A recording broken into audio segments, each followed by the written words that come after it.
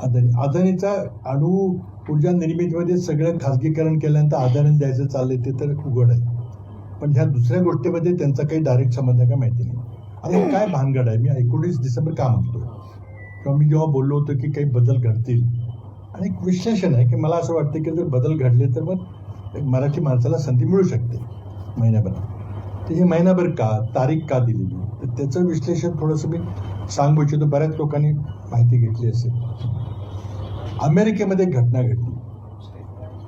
घडली, म्हणजे बरेच दिवसापासून घडत होती की 1995-96च्या सुमारास एक अमेरिकेतला एक उद्योगपती नाव जेफ्री एप्स्टीन, ह्या माणसानं एक पुढे येऊन एक तो प्रकाश होतात आला 1995-96 पासून.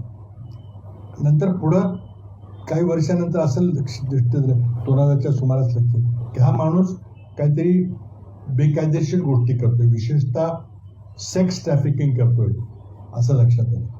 आणि त्या सेक्स ट्रॅफिकिंगमध्ये सुद्धा लहान मुली 13 ते 15 वर्षाच्या मुलींना घेऊन आणि काही राजकीय नेत्यांना त्यामध्ये गुंतवून आणि त्यांना हनी ट्रॅपमध्ये गुंतवून आणि त्यांचे चित्रीकरण, फोटो, व्हिडिओ काढायचा प्रयत्न करतोय असे उघडकीस आलं.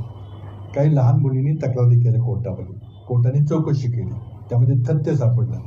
त्या जेफ्री एप्स्टीन नावाच्या माणसाला शिक्षा झाली 13 महिन्याची.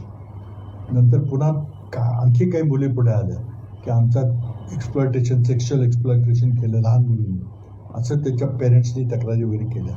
पुढं त्याची चौकशी झाल्यावर त्या माणसाला शिक्षा झाली, जेफ्री एप्स्टीन. आणि ही शिक्षा झाल्यानंतर त्याला खूप हाय सिक्युरिटी प्रिझनमध्ये ठेवलं, कारण प्रेसिडेंट ट्रम्पचा त्याचा जवळचा संबंध आहे असं एक उघडकीस आलं. आणि त्यामुळं प्रेसिडेंट ट्रम्प हे त्या बाबतीतले काही पुरावे बाहेर येऊ देणार नाहीत असं कळल्यानंतर तिथं अमेरिकेत खूप मोठा गदारोळ गेल्या 5-7 वर्षापासून चाललेला आहे की त्यांनी काय केलं ते सगळं उघड करा, कोणाकोणाला एक्सप्लॉइट केलं, काय केलं. आणि 101 लहान मुलींनी, अल्पवयीन मुलींनी तक्रारी केलेल्या आहेत तिथे. तर त्याला मग पुन्हा 1916-17 पुन्हा शिक्षा झाली आणि त्याला तुरुंगात ठेवलं गेलं. आणि हा फार पॉलिटिकली फार संवेदनशील विषय आहे म्हणून त्याला न्यूयॉर्कच्या हाय सिक्युरिटी प्रिझनमध्ये ठेवलं.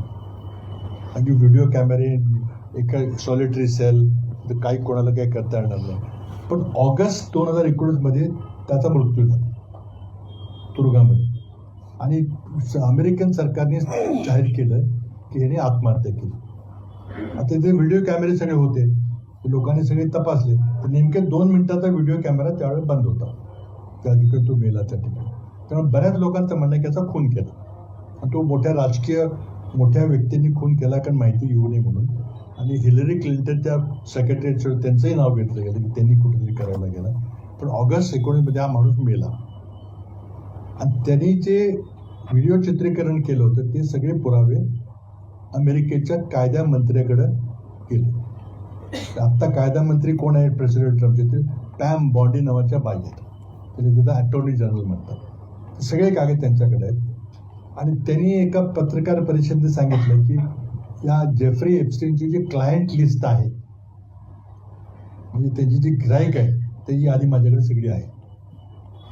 कुठल्या राजकीय माणसाला त्यांनी गुंतवलं होतं. मग पुढं प्रेसिडेंट ट्रम्पनी त्यामध्ये हस्तक्षेप केला, ते काही कागदपत्र खुले करायचे नाहीत असा तिला आदेश दिला. तर त्याचेच कायदा मंत्री आहे, त्यामुळे त्याने ते मान्य केलं. मग ती म्हटली नाही आता आम्ही काही कागदपत्र जाहीर करणार.